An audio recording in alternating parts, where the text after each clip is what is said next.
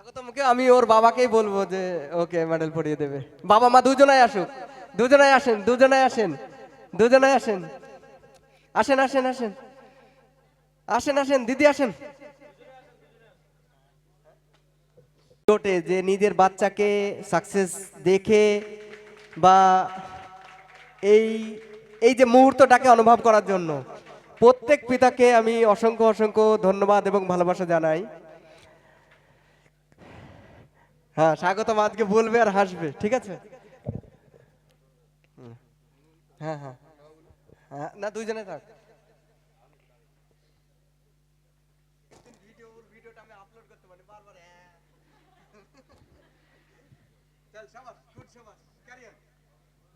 আহ, এখনো মনে আছে যে প্রশান্ত দাদার সঙ্গে প্রথম দেখা হয়েছিল 2022 সালে আগস্ট মাসের 13 তারিখে। প্রশান্ত দাদা আমাকে বলছিল যে কালকে থেকে মাঠে আয়। দিয়ে তারপর থেকে আজ পর্যন্ত প্রশান্ত দাদার সঙ্গে একটা ভালো সম্পর্ক, এবং প্রশান্ত দাদা সবসময় গাইড করা, এবং আমার বাবা সবসময় আমাকে গাইড করেছে, বাবা মা প্রশান্ত দাদা সবাইকে আমি পেয়েছি আর কি সাথে। কিছু ক্রস কোশ্চেন জিজ্ঞেস করছি, তার অ্যান্সার দাও, ঠিক আছে? কথা হচ্ছে তুমি বলো যে তোমাদের কমিউনিটি থেকে বেরিয়ে আসা কতটা কঠিন? আমাদের ওখান থেকে বেরিয়ে আসা অনেকটাই কঠিন, কারণ আমাদের ওখান থেকে কোনো সুযোগ সুবিধা নেই। রাতের বেলায় আমরা ছটা 8টা পর্যন্তই খুব জোর চলাচল করতে পারি। বেতাই বাজার আমাদের সব কিছুই বেতাই বাজারে।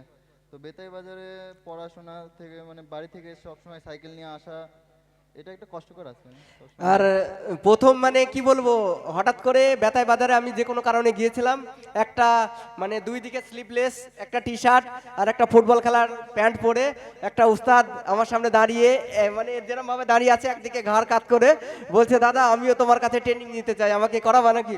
আমরা ঠিক আছে কাল চলে আসিস। আর সেই যে মানুষ ব্যাগ উঠিয়েছে, আজকে সব কিছু নিয়ে যাচ্ছে, সঙ্গে আমাদের ভালোবাসা।